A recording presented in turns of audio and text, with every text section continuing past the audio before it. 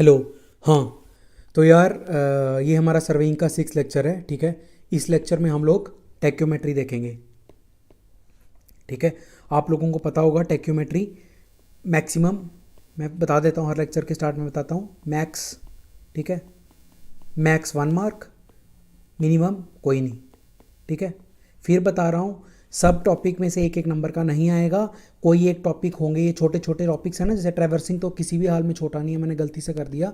ये छोटे छोटे टॉपिक्स होते हैं, जैसे contouring, plane table, curves, theodolite, इन सब से मैक्सिमम एक एक नंबर का आएगा। और कुछ जो इंपॉर्टेंट टॉपिक्स हैं, जैसे chain surveying, compass surveying, traversing, इनसे दो दो का भी आ जाएगा। तो जब इनसे दो दो का आएगा तो वो किसी छोटे टॉपिक का एक नंबर खा लेंगे। इसीलिए ये छोटे टॉपिक से मैक्सिमम एक नंबर का आएगा, मिनिमम इनमें से आएगा ही नहीं। तो वही हमारा जो पैटर्न रहता है, 20-25 मिनट का लेक्चर होगा। ठीक है, और 2 से 3 मिनट में आपसे रिवाइज हो जाना चाहिए। कौन टेक्योमेट्री करेंगे आज। ठीक है, तो वही थोड़ा लास्ट में आज फिर से, कल मैंने जो वीडियो पोस्ट किया था उसके बाद जो कमेंट्स देखे हैं मैंने हैंड रिटन और उसके लिए, तो एक अनाउंसमेंट्स होंगी, वो फिर से लास्ट में करेंगे। ठीक है, उनका वेट नहीं करते रहना, ध्यान से टेक्योमेट्री पढ़ना पहले। इससे बाहर से टेक्योमेट्री से कुछ नहीं आएगा जो मैं पढ़ाऊँगा ना। ठीक है, फिर बता रहा हूँ, एक नंबर का आएगा, उसी हिसाब से कंसंट्रेशन मेंटेन करना। आगे चलते हैं। हेलो। हाँ, आगे बढ़ने से पहले सबसे पहले ये बताना आपको ज़रूरी है कि टेक्योमेट्री होती क्या है। एक बार मोटा मोटा जान लेते हैं, फिर डिटेल में पढ़ेंगे। तो यार होता क्या है कि अभी तक हमने जो सर्वे में पढ़ा था वो ये था कि यार डिस्टेंस मेजरमेंट के लिए आप चेन का यूज़ कर लो या टेप का यूज़ कर लो, है ना। इन दो चीज़ों का यूज़ कर लो, और एंगल के लिए थोड़ोलाइट का यूज़ कर लो, है ना। इन दोनों का जब यूज़ होता था ट्रेवर्स बन जाता था। अब यार ये कहने में, क्वेश्चन सॉल्व करने में बहुत आसान है, पर सपोज़ करो, है ना, आप लोगों को पता होगा, आप पहाड़ी इलाकों के लोगों सारे, कि सपोज़ करो कोई ऐसे माउंटेन्स हैं, बीच में डैम है, फिर माउंटेन्स हैं, और इनका सर्वे अगर करना पड़ गया, ठीक है, तो फिर तो चेन लेके नहीं चला जा सकता ना। कौन ये डैम पार करेगा चेन लेके। मतलब मेरा कहने का ये मतलब है मोटा मोटा, कि अगर मैं इस सब चीज़ों को हटाऊं, कि यार कि टफ टेरेन्स में, जिसको कहते हैं टफ टेरेन्स में, अनइवन टेरेन्स में आप टेप लेके नहीं घूम सकते हो। ठीक है, कहाँ कहाँ घूमोगे वो टेप लेके आप अगर डिस्टेंस मेजर करना है, तो एक तो यार फ्लैट टेरेन होनी चाहिए, ठीक है, दूसरी कि यार छोटे डिस्टेंस ही होने चाहिए, है ना। तो यार अब ये चीज़ें नहीं होती पहाड़ी इलाकों में, एक तो डिस्टेंस भी बड़े दूर दूर मिलेंगे, और दूसरा फ्लैट तो बिल्कुल नहीं होंगे। तो अब हमें एक ऐसी चीज़ चाहिए थी डिस्टेंस मेजरमेंट की, जिससे हम एक इनडायरेक्ट तरीके से डिस्टेंस बता दें दो जगहों के बीच का, टेप से मेजर किए बगैर। तो वही तरीका जो है उसको कहा जाता है टेक्योमेट्री। ठीक है, समझ गए ना। बेसिकली मोटा मोटा याद रखना है टेक्योमेट्री क्या है। टेक्योमेट्री अब मैं लिखने जा रहा हूँ, ठीक है, तो लिखने जा रहा हूँ, तो उसी हिसाब से एक सेकेंड। हाँ, तो अब जो मैं पॉइंट बोलूँगा ना वो थोड़ा ध्यान में रखना। तो आपको पता है टेक्योमेट्री क्या है। टेक्योमेट्री एक तरह का डिस्टेंस मेजरमेंट टेक्निक है। अभी सब समझते हैं, अभी मैंने आपको जो एग्जांपल याद करवाई ना, वो याद रखना, डिस्टेंस मेजरमेंट मेथड कह लो। ठीक है, और जो फ़ोटो दिमाग में रखना है वो ये रखना है आपको। ठीक है, ये रखना है, यहाँ रख दो पानी, यहाँ रख दो पहाड़। ठीक है, अगर मैं आपको यहाँ कलर करवा दूँ ना, क्योंकि आधी जनता तो बोलेगी कि ये हो गए पहाड़, ठीक है, और ये हो गया आपका पानी, ठीक है, ये हो गया आपका पहाड़ फिर से। ठीक है, अब बेसिकली इशू क्या है कि मैं सपोज़ सपोज़ सपोज़ ये बनाता हूँ। आप ये जो है ना टेप लेके, ये यहाँ से आप नहीं जा सकते, तो मैं इसको कर देता हूँ क्रॉस। तो ये फ़ोटो ध्यान रखना। ठीक है, जब भी टेक्योमेट्री भूल जाए ना टेक्योमेट्री क्या होती है, तो इस फ़ोटो को याद कर लेना। ठीक है, ये फ़ोटो आपको क्या दिखा रहा है कि पहाड़ों के बीच ये टेप लेके सर्वे नहीं किया जा सकता। ये जो टेप बनाई है मैंने, तो इसीलिए क्रॉस बना दी है। तो जब भी टेक्योमेट्री ध्यान में आए, तो क्योंकि टेप लेके पहाड़ों के बीच सर्वे नहीं किया जा सकता, डिस्टेंस मेजर नहीं किया जा सकता, इसीलिए हम एक इनडायरेक्ट मेथड से करते हैं, जिसको टेक्योमेट्री कहा जाता है। ठीक है, तो ये हो गया इसका पहला पॉइंट कि टेक्योमेट्री डिस्टेंस मेजरमेंट मेथड है। ठीक है, दूसरी बात, अब क्योंकि यार मैंने ये पहाड़ वहाड़ बता दिया आपको सब कुछ, तो डिस्टेंस मेजरमेंट मेथड है, तो कहाँ पे यूज़ होता है, तो ये यूज़ होता है tough and uneven terrains में। ठीक है, टफ एंड अनइवन टेरेन्स में, ठीक है। और ब्रैकेट में ये लिख देता हूँ, when chain surveying is less accurate. समझ गए ना बात, कि जब जब चेन सर्वे लेस एक्यूरेट होगा वहाँ वहाँ ये यूज़ हो जाएगा, ठीक है।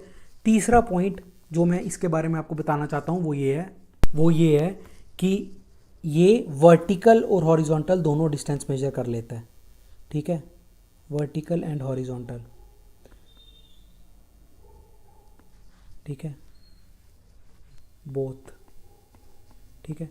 ये था मोटा मोटा आइडिया, क्योंकि किसी भी चीज़ को पढ़ने से पहले एक क्लैरिटी होनी चाहिए कि क्यों पढ़े भाई, टेक्योमेट्री की ज़रूरत क्यों पड़ गई।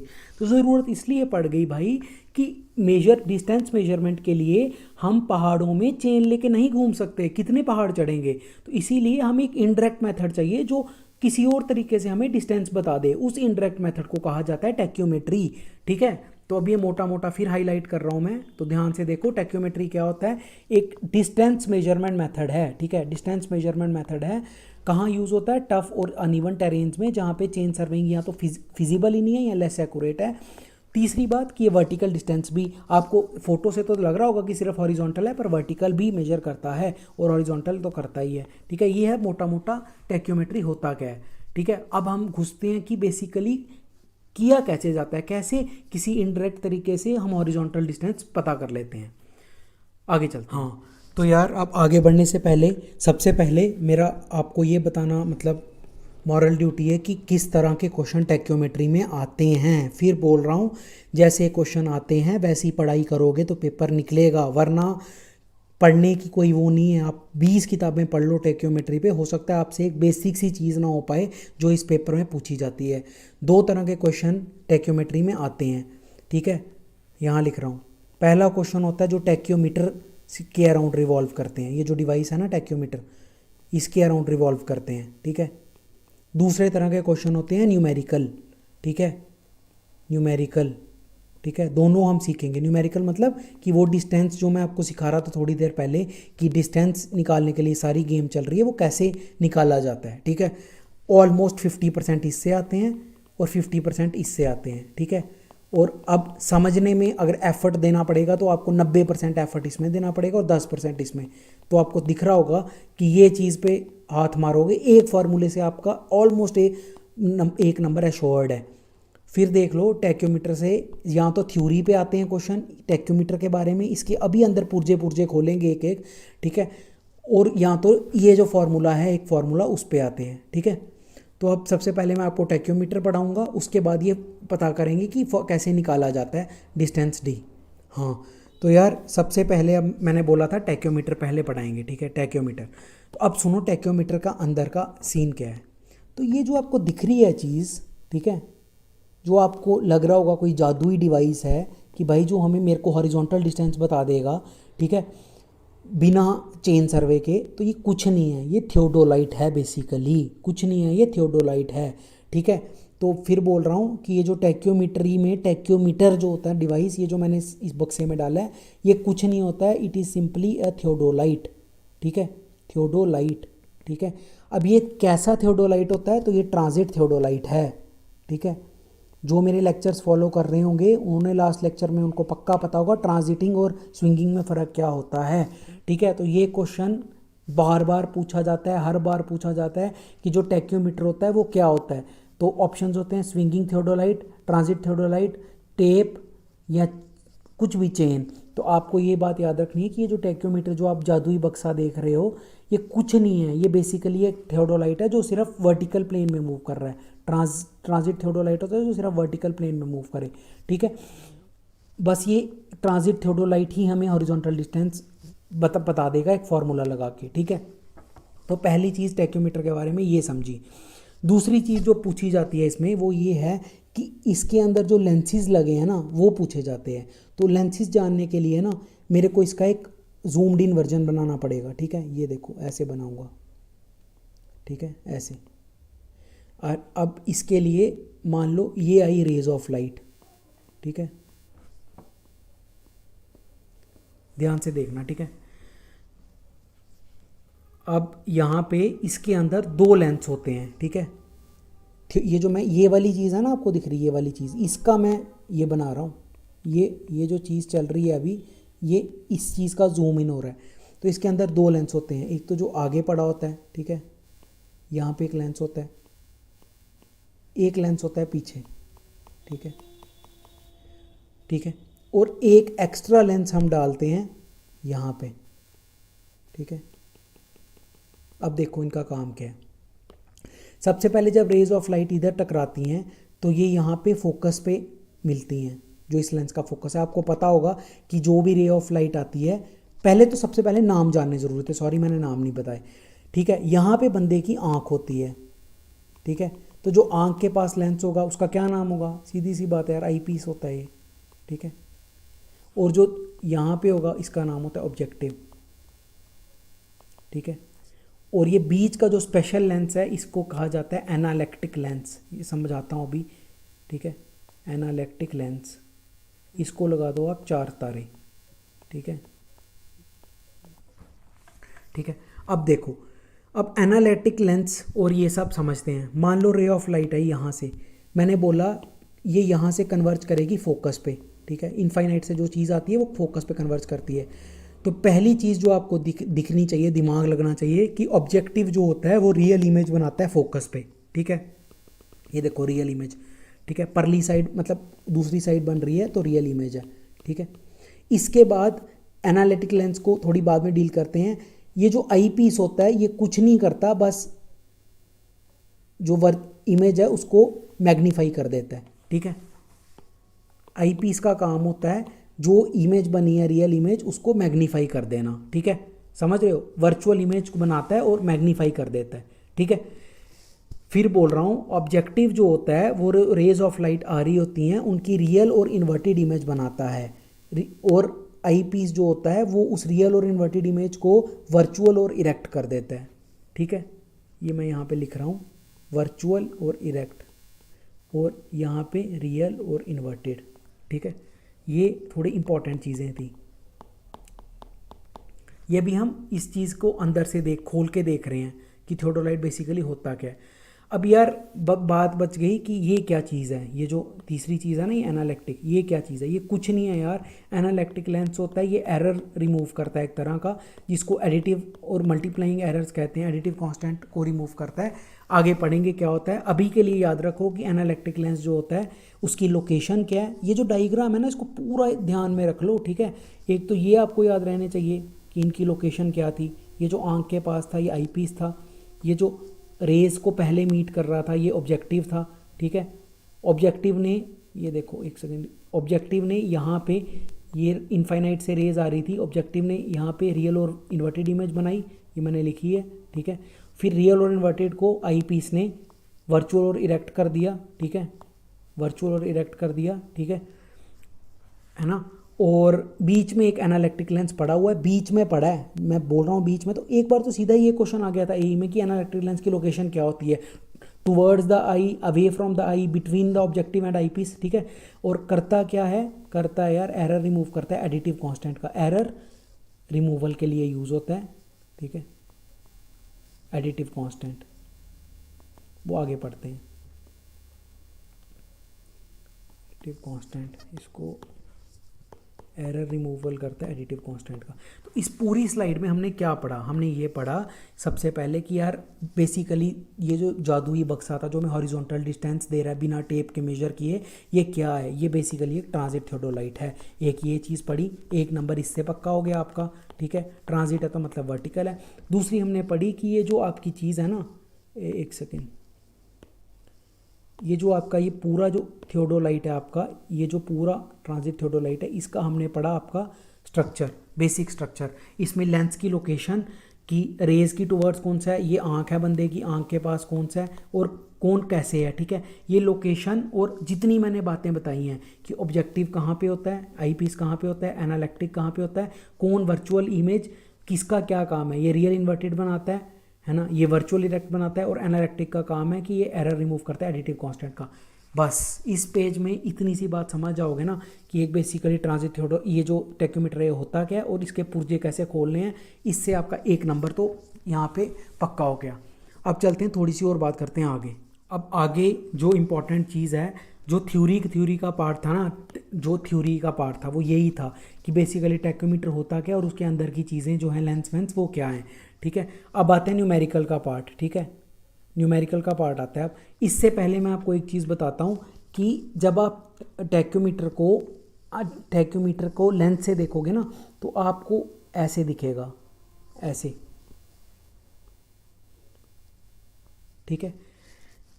लेकिन ये ऐसे दिखेगा। आपको पता है कि ये जो दो लाइनें हैं ये थियोडोलाइट में नहीं होती थी, ठीक है। थियोडोलाइट का जो क्रॉस सेक्शन होता था अगर लेंस से देखा जाए तो ऐसा होता था। तो ये जो दो लाइनें हैं ना ये एक्स्ट्रा होती हैं, है ना। इन दो लाइनों को कहा जाता है स्टेडिया, ठीक है। इन दो लाइनों को कहा जाता है स्टेडिया, स्टेडिया, ठीक है। ये स्टेडिया ही हमें हॉरिजॉन्टल डिस्टेंस बताएगा, ठीक है। तो अगर कोई ऐसे भी पूछ ले, ये भी तक पूछा गया यार जेई में कि थियोडोलाइट में कितनी हॉरिजॉन्टल लाइंस होती हैं, सॉरी टैक्योमीटर में कितनी हॉरिजॉन्टल लाइंस होती हैं, तो देखो 1 2 3 हॉरिजॉन्टल और 1 वर्टिकल। हालांकि और दूसरी तरफ सिंपल थियोडोलाइट में 1 हॉरिजॉन्टल 1 वर्टिकल होती है। ये मैंने बता दिया आपको, ठीक है।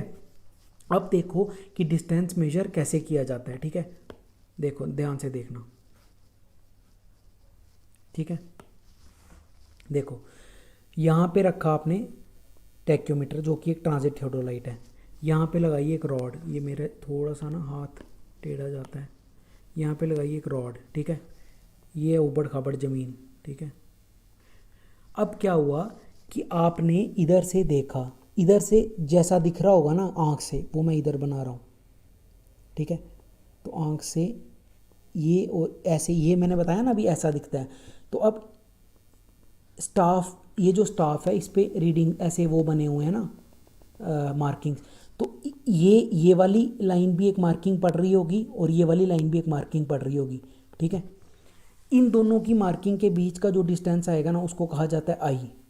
फिर बोल रहा हूँ कि मान क्या लो आप अगर इधर से आँख है ना आपकी इधर से देख रहे हो तो आपको ये गोल टेलीस्कोप से ऐसा दिख रहा होगा कि ये जो एक लाइन ये होगी ना, एक लाइन ये होगी, इस लाइन के कॉरेस्पॉन्डिंग आपको यहाँ पे मान लो कोई मार्किंग दिखी ये वाली, ठीक है। और नीचे वाली लाइन के कॉरेस्पॉन्डिंग ये वाली दिखी, तो इन दोनों के डिफरेंस को कहा जाएगा आई, ठीक है। ये याद रखना आई क्या होता है, ठीक है। आई, ठीक है, समझ गए, ठीक है। आई का मतलब याद रखो आई क्या है, ठीक है। आई होता है जो स्टेडिया इंटरसेप्ट होता है, स्टेडिया इंटरसेप्ट, ठीक है। उसके बाद ये आई समझ गए ना क्या होता है, ठीक है। अब हटाते हैं, अब देखते हैं अगली टर्म्स क्या होती हैं। अगली टर्म ये आती हैं कि पहले आता है आपका, अगली चीज़ जो आपकी आती है वो आती है एफ़। एफ़ क्या होता है बेसिकली आपका पूरे टैक्योमीटर की फोकल लेंथ, ठीक है। अगर आपने 11वीं 12वीं में ऑप्टिक्स पढ़ी है तो आपको पता है कि अगर दो लेंस लगे हों, मैंने थोड़ी देर पहले बताया एक आई पीस होता है एक ऑब्जेक्टिव होता है। तो अगर दो लेंस लगे हों तो नेट फोकल लेंथ निकाली जाती है, आपको पता है 1/f equal to 1/f1 plus 1/f2 से वैसे निकाली जाती है। तो मैं एफ निकालूंगा, नेट फोकल लेंथ लिखूंगा यहाँ पे, ठीक है, नेट फोकल लेंथ, ठीक है।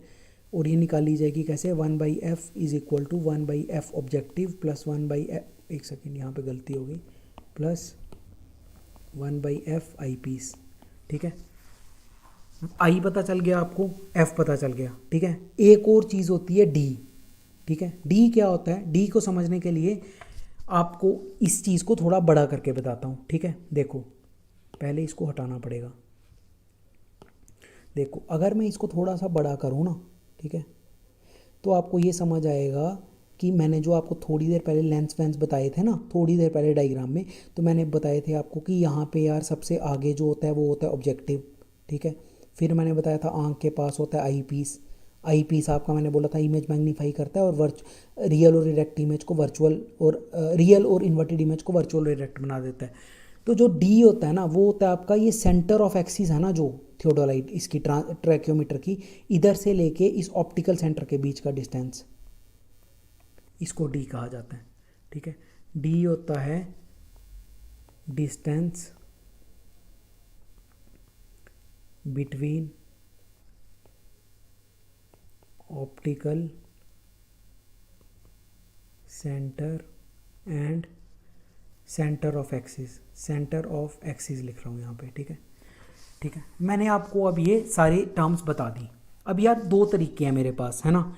यहाँ तो अब मैं यहाँ पे ऑप्टिक्स लगा के सारे ये डिस्टेंस d मान के, है ना, ये डिस्टेंस i मान के सारी ऑप्टिक्स लगा के आपको डिराइव करके बताऊं कि हॉरिजॉन्टल डिस्टेंस कैसे निकाला जाता है, या फिर सीधे आपको फार्मूला लिख दूं, क्योंकि उससे ज़्यादा नहीं आएगा यार, एक नंबर के लिए वो आपसे इतनी चीज़ें थोड़ी करवाएगा। तो मैं यहाँ पे सीधे फार्मूला वाली अप्रोच लगा रहा हूँ, ठीक है। अगर आपको किसी को भी इंटरेस्ट है कि मतलब मेरे को डेरिवेशन में इंटरेस्ट है, तो मतलब वो फिर बाकी उसको मज़ा आता है किसी को डेरिवेशन में, तो वो बाकी एग्ज़ाम भी दे, क्योंकि इसमें डेरिवेशन का कोई रोल नहीं है। तो अब देखो मैंने ये सब चीज़ें आपको बताई, तो अब ये मैं मिटा रहा हूँ, ठीक है, ये मिटा रहा हूँ, एक सेकेंड।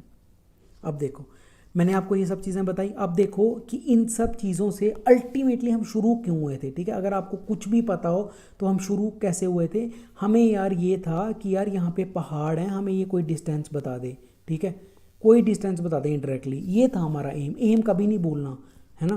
तो एम ये था, तो यार सीधी सी बात है कि जो भी डिस्टेंस होता है ना वो लिखा जाता है KS+C, ख़त्म बात। इस फॉर्मूले को रट लो, घट लो, पी लो, जी लो, है ना, जो भी करना है कर लो। अभी मैं समझाता हूँ हर एक चीज़, ठीक है। ये है जादुई फार्मूला। कैसे जादुई है, क्योंकि यार बिना हॉरिजॉन्टल डिस्टेंस मेजर किए हमें हॉरिजॉन्टल डिस्टेंस पता चल गया, ठीक है। समझ गए बात, ठीक है, समझ गए ना बात। अब देखते जाओ इनमें चीज़ों के मतलब, ठीक है। देखो सबसे पहले मतलब डी है हॉरिजॉन्टल डिस्टेंस, जिसके लिए ये सब चोचले चल रहे थे, यही तो हमें मेजर करना था ना, इसी के लिए तो टेप नहीं ले जा सकते थे, हॉरिजॉन्टल डिस्टेंस, ठीक है। के है, सबसे पहली बात के को कहा क्या जाता है, के को कहा जाता है मल्टीप्लाइंग कांस्टेंट, ठीक है, मल्टीप्लाइंग कांस्टेंट, ठीक है। सी को कहा जाता है एडिटिव कांस्टेंट, एडिटिव कांस्टेंट, ठीक है। अब कांस्टेंट है तो यार वैल्यू भी फिक्स होगी, कांस्टेंट्स की वैल्यू तो फिक्स होती है ना। तो यार सीधी सी बात है, के की वैल्यू होती है 100 और इसकी वैल्यू होती है 0। समझ गए। बेसिकली एडिटिव कांस्टेंट की वैल्यू जो होती है वो रेंज तो करती है 0.25 से 0.35, लेकिन एग्ज़ाम में हमें लेनी है 0, ठीक है। तो ये मैं लिख के हटा रहा हूँ। लिखा क्यों, फिर वही बात कि यार एक घटिया पेपर में आ गया था कभी किसकी रेंज क्या होती है, पर उसके बाद कभी नहीं आया, तो इसीलिए सी एडिटिव कांस्टेंट होता है, सी उसकी वैल्यू होती है 0, मल्टीप्लाइंग कांस्टेंट होता है, ठीक है, 100, है ना, के उसकी वैल्यू होती है 100 और डी हॉरिजॉन्टल डिस्टेंस होता है। अब यार फिर वही बात, एस क्या होता है, ठीक है, एस तो बताया ही नहीं। एस यार वही होता है स्टाफ इंटरसेप्ट, जो मैं शुरू से आपको बताते आ रहा हूँ ना कि ये स्टाफ इंटरसेप्ट क्या आया, ठीक है, वो होता है एस वो होता है कि यहाँ पे ये स्टाफ इंटरसेप्ट क्या आया, ठीक है। मैंने गलती से यहाँ पे आई लिख दिया था शायद, बेसिकली यहाँ पे जो आएगा ना वो आई आएगा, ठीक है, लेकिन फिर ये क्योंकि टेढ़ी लाइंस है ना तो वो वहाँ पे एस बना देंगी, ठीक है,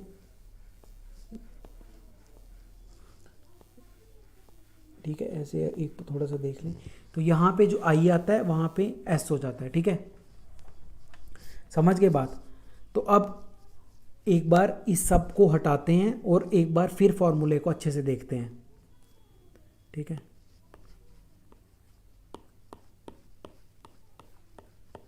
एक सेकेंड,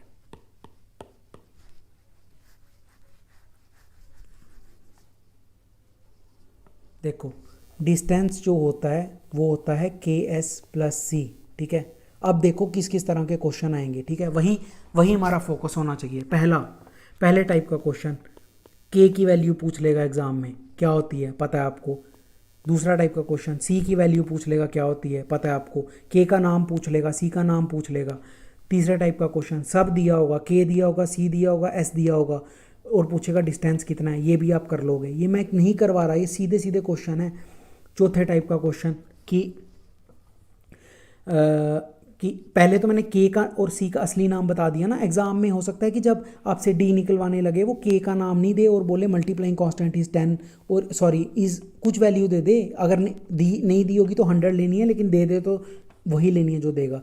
सी की हो सकता है वैल्यू नहीं दे के नाम दे दे additive constant is equal to इतना, और एस का नाम मैंने अभी आपको बताया स्टाफ इंटरसेप्ट होता है। तो एक तो इनके सिंबल्स याद रखने हैं और एक इनके असली नाम भी याद रखने हैं, ठीक है। अब जो टाइप का क्वेश्चन आपसे नहीं होगा वो मैं आपको अभी सिखा रहा हूँ, ठीक है। ये सब तो हो जाएंगे कि यार के और एस और सी दे दिया होगा और डी निकल जाएगा, ठीक है। जो नहीं होगा वो मैं आपको बता रहा हूँ। आपको के कभी कभी नहीं दिया होगा और दिया क्या होगा बदले में, मैंने थोड़ी देर पहले आपको ये समझाया था ना, एफ क्या होता है, आई क्या होता है ना। एफ बताया था, आई बताया था और डी बताया था, पिछली स्लाइड में बताया था। तो के की वैल्यू होती है एफ अपॉन आई। ये मेरे हिसाब से वो क्वेश्चन है जो जनता से नहीं होगा और आपसे हो जाना चाहिए। वैसे ही सी की वैल्यू होती है एफ प्लस डी, ठीक है, समझ रहे हो, ठीक है। क्योंकि यार ये वाला, फिर बोल रहा हूँ, ये वाला अगर आपको न्यूमेरिकल दिया, ये क्वेश्चन आ जाएगा जिसमें आपको स्टाफ इंटरसेप्ट दिया होगा, के दिया होगा, सी दिया होगा, तो डी तो हर बच्चा निकाल लेगा। जो नहीं होगा और जो मैं बता रहा हूँ कि जो पूछा जा चुका है वो ये है कि आपको एफ दिया होगा, ठीक है, और आई दिया होगा, इनके असली नाम ही दिए होंगे। एफ क्या होता था, net focal length, total focal length, है ना। 1/f is equal to 1/f objective plus 1/f eyepiece, इधर से f निकल जाता था, ठीक है। और आई क्या होता था आपका, स्टेडिया इंटरसेप्ट, ठीक है, स्टेडिया इंटरसेप्ट। फिर बोल रहा हूँ स्टेडिया इंटरसेप्ट, मान लो अगर ये टैक्योमीटर है तो स्टेडिया इंटरसेप्ट आपका यहीं पे बन जाता है आई, और यही आगे जाके यहाँ पे स्टाफ इंटरसेप्ट बनता है। तो ये अलग अलग चीज़ें होती हैं, ठीक है। और यहाँ पे देखो, यहाँ पे सी, अगर ये वाली चीज़ आ जाए सी के लिए तो एफ फिर से वैसे ही मैंने बता रखा है, और डी होता है आपका वो, ये भी बता रखा है। तो बेसिकली जो हम डिस्टेंस निकालना चाह रहे थे, डिस्टेंस जैसे निकालेंगे, ठीक है, डिस्टेंस जो निकालेंगे हम, वो एक तो ये फार्मूला है, ठीक है। 90% प्रोबेबिलिटी है कि यही आएगा क्योंकि आसान क्वेश्चन आएगा। इनके नाम पता होने चाहिए के और सी के, इनकी वैल्यूज़ नहीं दी हो तो पता होनी चाहिए कितनी रैंडम, कितनी हमें बाय डिफ़ॉल्ट लेनी है। एस का मतलब पता होना चाहिए, स्टाफ इंटरसेप्ट। अगर के और सी नहीं दिया हो और अब मतलब वो के पूछ रहा हो और आपको पेपर में एफ दिया हो, आई दिया और पल्ले नहीं पड़ रहा हो क्या करना है, तो ये कोई नहीं पढ़ाता है, यूजुअली कम लोगों का ध्यान जाता है। और क्योंकि जेकेपीएससी ने पूछ रखा है तो बता देता हूँ कि के की वैल्यू होती है एफ अपॉन आई। एफ भी मैंने सिखा दिया कैसे निकलता है, आई भी सिखा दिया कैसे निकलता है। वैसे ही सी की वैल्यू जो एडिटिव कांस्टेंट है उसकी होती है एफ प्लस डी।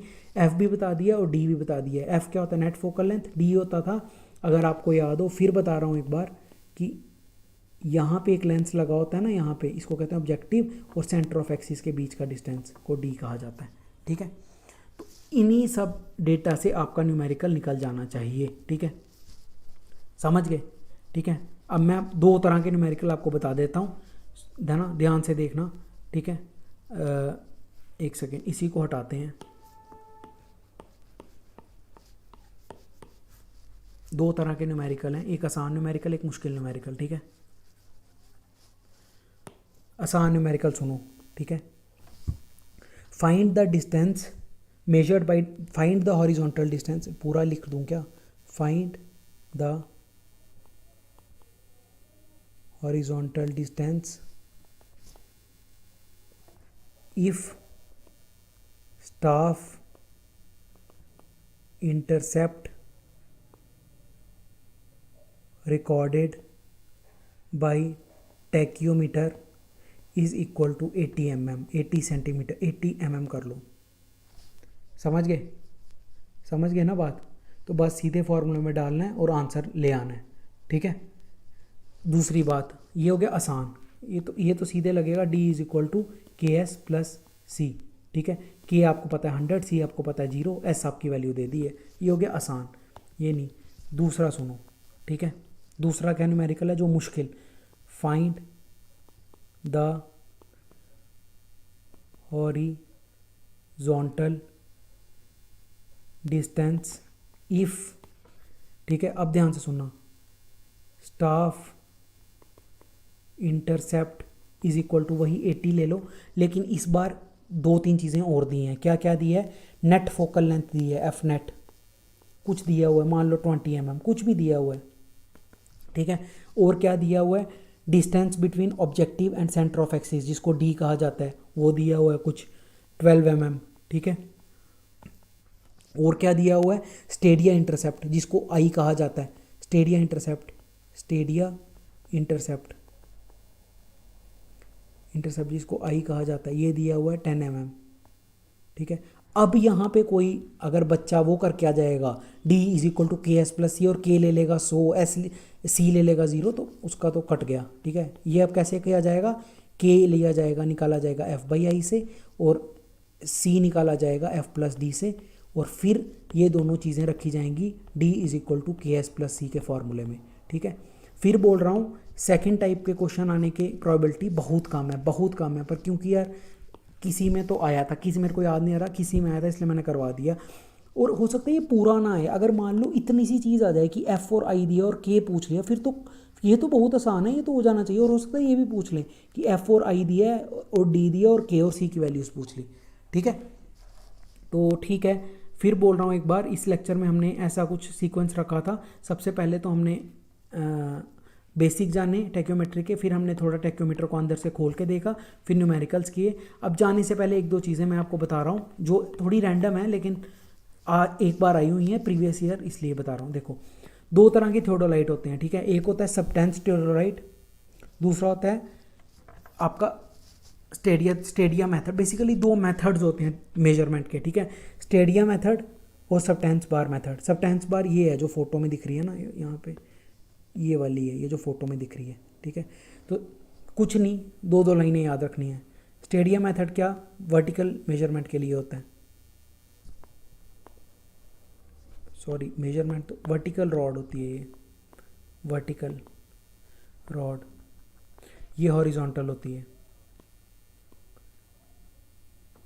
यार बार बार ना मैं फिर बता रहा हूँ क्या इंपॉर्टेंट है, इंपॉर्टेंट ये है कि यार इससे ना इसको 3-4 बार रिपीट किया जा चुका है जेई में और शायद पीएससी के एग्ज़ाम में।